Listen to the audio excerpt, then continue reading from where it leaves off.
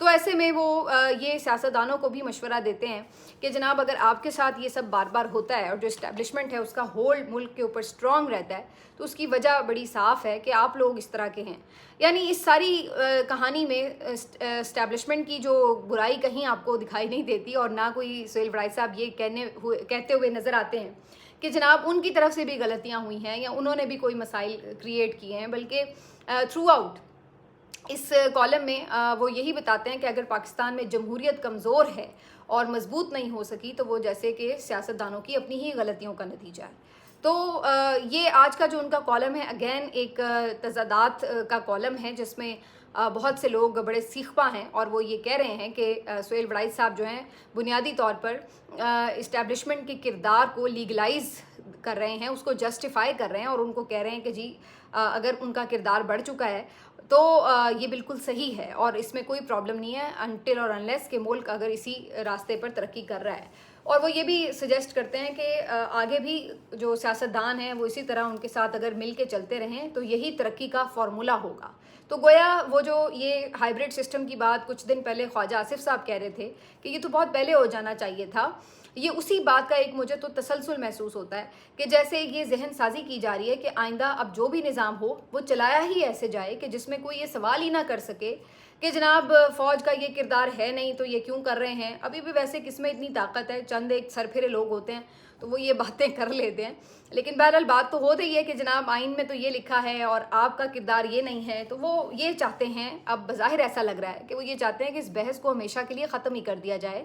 اور اب کچھ ایسا آئینی اسٹرکچر بنا دیا جائے جس میں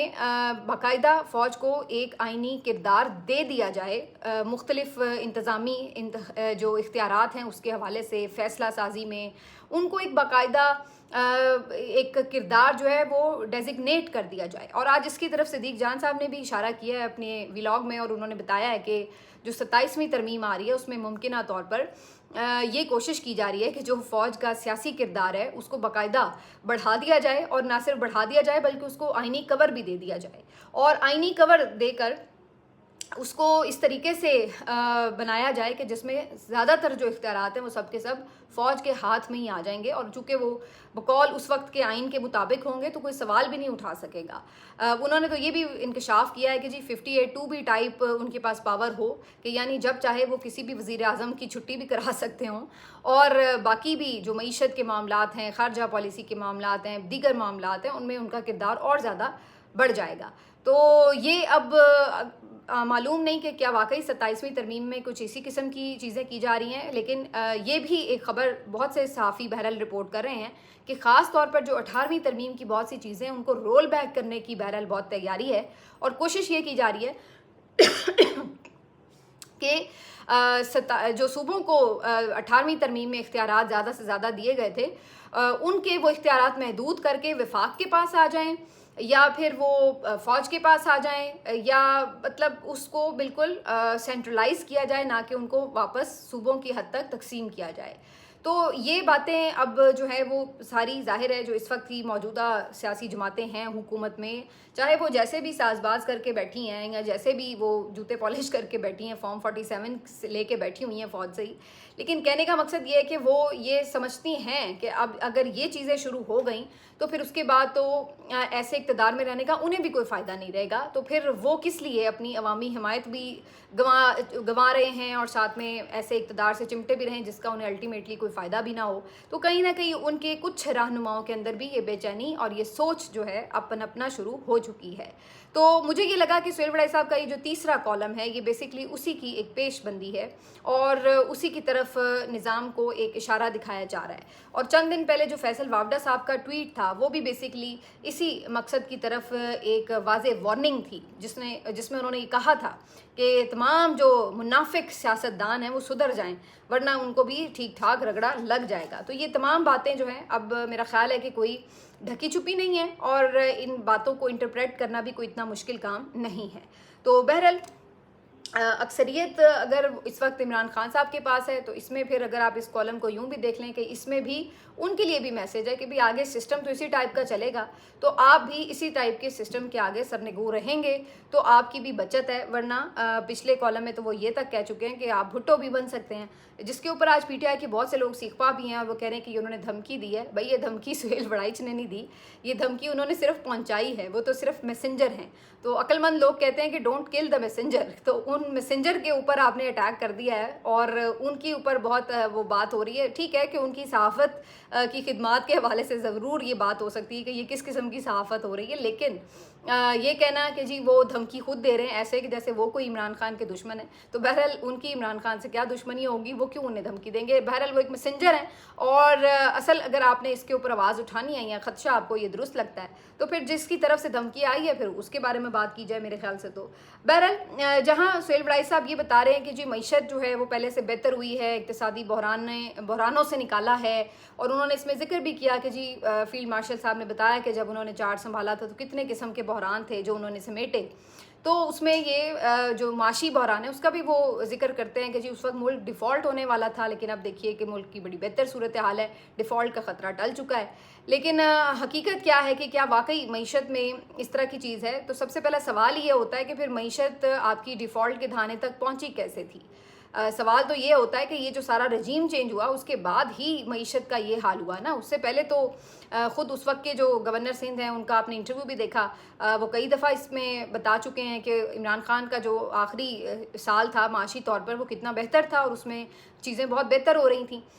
لیکن کوئی ڈیفالٹ کا خطرہ ہی نہیں تھا۔ بعد میں جب ان کی حکومت گرائی گئی تو اس کے بعد معیشت میں خرابی آنا شروع ہوئی اور اس کے بعد پھر ڈیفالٹ تک یہی لوگ لے کے گئے، اور پھر جس طرح مانگ تانگ کے انہوں نے اس کو ڈیفالٹ سے بچانے کی بھی کوشش کی، مہنگائی کا عذاب نازل کر کے، پیسے تو سارے لوگوں سے نکلوائے، انہوں نے کون سا کوئی اپنی جیب سے ادا کر کے پاکستان کو ڈیفالٹ سے بچایا؟ تو پاکستان کے لوگوں کی آپ نے ٹیکسز کی بھرمار کی، آپ کی جو بجلی تھی وہ ٹرپل پرائس پہ چلی گئی، آپ کا پیٹرول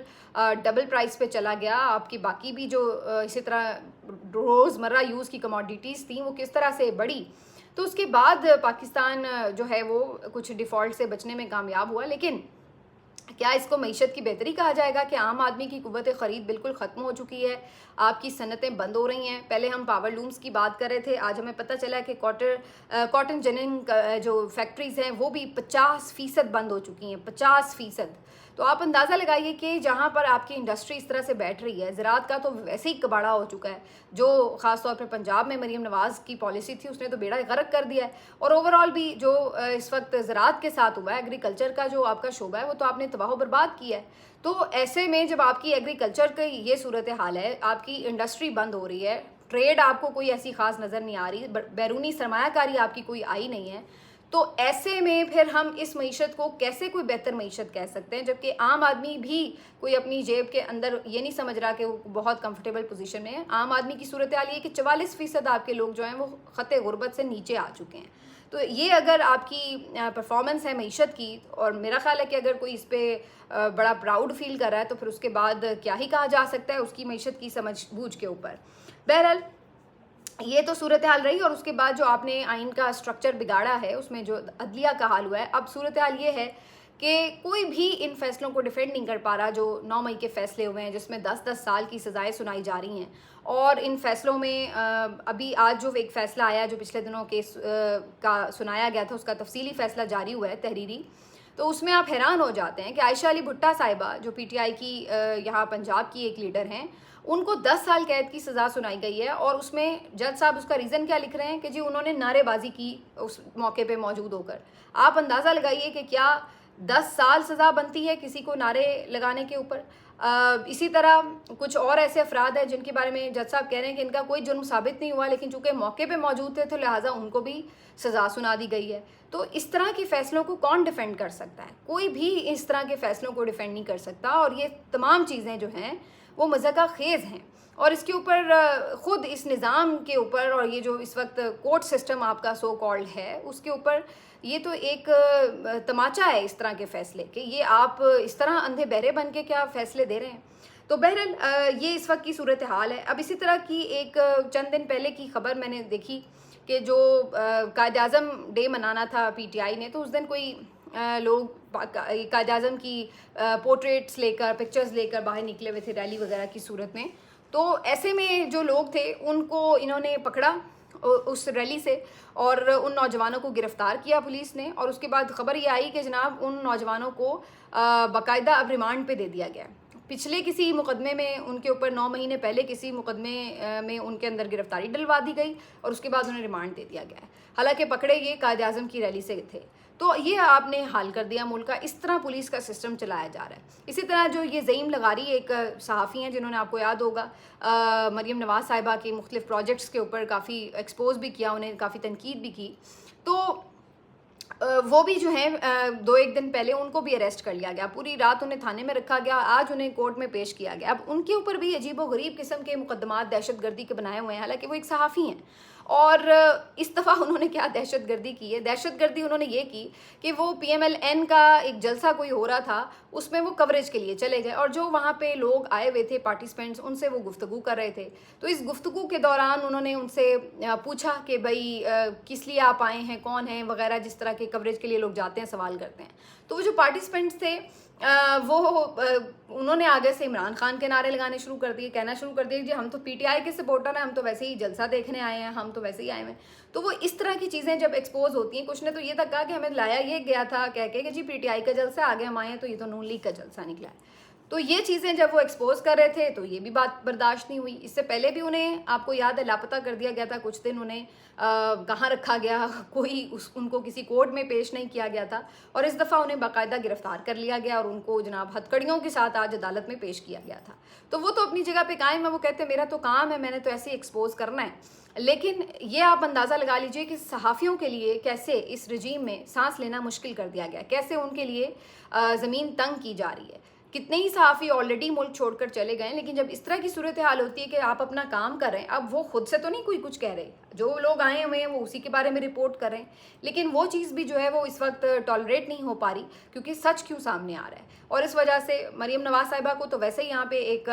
مقدس ہستی بنا کے بٹھایا ہوا ہے کہ جی ان کو تو آپ کچھ کہہ ہی نہیں سکتے۔ اچھا یہ بڑی مزیدار بات ہے کہ شہباز شریف صاحب کو آپ جتنا مرضی برا بھلا کہہ لیں، جتنی مرضی تنقید کر لیں، ان کے توہین کے اوپر کوئی مقدمہ نہیں کٹتا، کوئی FIR نہیں کٹتی، لیکن مریم نواز صاحبہ کو اگر کچھ آپ کہتے ہیں تو کتنے ہی مقدمات ایسے کٹ چکے ہیں، FIRیں کٹ چکی ہیں کہ جناب مریم نواز صاحبہ کی توہین کی ہے۔ تو آپ اندازہ لگا لیجئے کہ مریم نواز صاحبہ جو ہیں اس سسٹم کے لیے وہ ایسی مقدس ہستی بنائی گئی ہیں کہ جی ان کے اوپر آپ تنقید نہیں کر سکتے۔ تو بہرحال یہ ہمارے جو صحافی بھائی ہیں زعیم، ان کے حوالے سے کافی پریشانی بھی ہے، اللہ تعالیٰ ان کی مشکل آسان کرے، لیکن اس طرح کے ظلم اور جبر کے نظام سے کیا سچ چھپ رہا ہے؟ آپ تو 3 سال سے ہی کوششیں کر رہے ہیں، لیکن سچ تو نہیں چھپ رہا، چیزیں تو پھر بھی سامنے آ رہی ہیں، رپورٹ بھی ہو رہی ہیں۔ تو اصل بات یہ ہے کہ جو ارشد شریف صاحب کہتے ہیں کہ اگر آپ کا چہرہ دکھایا جاتا ہے تو آپ آئینہ نہ توڑیے، اپنے چہرے کے خد و خال بہتر کیجیے۔ تو اگر آپ یہ ظلم جبر کرنا چھوڑ دیں، یہ ناانصافی کرنا چھوڑ دیں، اگر یہ غلط کام چھوڑ دیں، تو کوئی آپ کے اوپر اس طرح کی رپورٹنگ کر ہی نہیں سکے گا۔ تو جب کچھ ہوگا تو ظاہری سی بات ہے کوئی نہ کوئی صحافی، کوئی نہ کوئی دل والا اس کے اوپر جو ہے وہ بات کر لے گا کہ جی یہ ہو رہا ہے۔ تو یہ اس وقت کی صورتحال ہے۔ ایک اور خبر اسی سے جڑی کہ 26 نومبر میں بھی جو لوگ احتجاج کرنے آئے تھے، اس احتجاج میں بھی انہوں نے آپ کو پتہ ہے کتنے کارکن گرفتار کیے تھے، ان میں سے آج 3 کارکنوں کے فیصلے آئے ہیں اور ان کو 4 ماہ قید کی سزا سنا دی گئی ہے۔ اگین یہ وہی بات ہے کہ اس ملک میں احتجاج کرنا بھی ایک جرم قرار دے دیا گیا، آپ اپنے آئینی حق کے لیے باہر نہیں نکل سکتے، اور اگر آپ باہر نکلتے ہیں تو آپ کے پاس بروٹل آپ کے خلاف فورس یوز کی جاتی ہے، اور پھر آپ اس فورس کے یوز کرنے کے باوجود بھی مقدمہ بھی آپ کے اوپر ہی استعمال بنا دیا جاتا ہے۔ تو یہ اس وقت کی سچویشن ہے کہ آپ مار بھی کھاتے ہیں، آپ آنسو گیس کی شیلنگ بھی برداشت کرتے ہیں، اور 26 نومبر میں تو ایون فائرنگ تک بھی کر دی گئی، لیکن اس کے بعد مقدمات بھی آپ کے اوپر ہوں گے، کیونکہ احتجاج کو بالکل اس ملک میں دبانے کے لیے یہ سب ٹیرر کا ماحول بنایا گیا تاکہ لوگ نکلنا چھوڑ دیں باہر۔ تو اب انہی مقدمات میں پھنسے ہوئے 3 کارکن ہیں جن کو 4 ماہ قید کی سزا سنا دی گئی ہے۔ خبر مجھے آپ کو دینی ہے جی ڈاکٹر عثمان قاضی سے متعلق بھی، لیکن چلیے اب اگلی ویڈیو میں اس کے اوپر بات کریں گے۔ اپنا خیال رکھیے، اللہ حافظ۔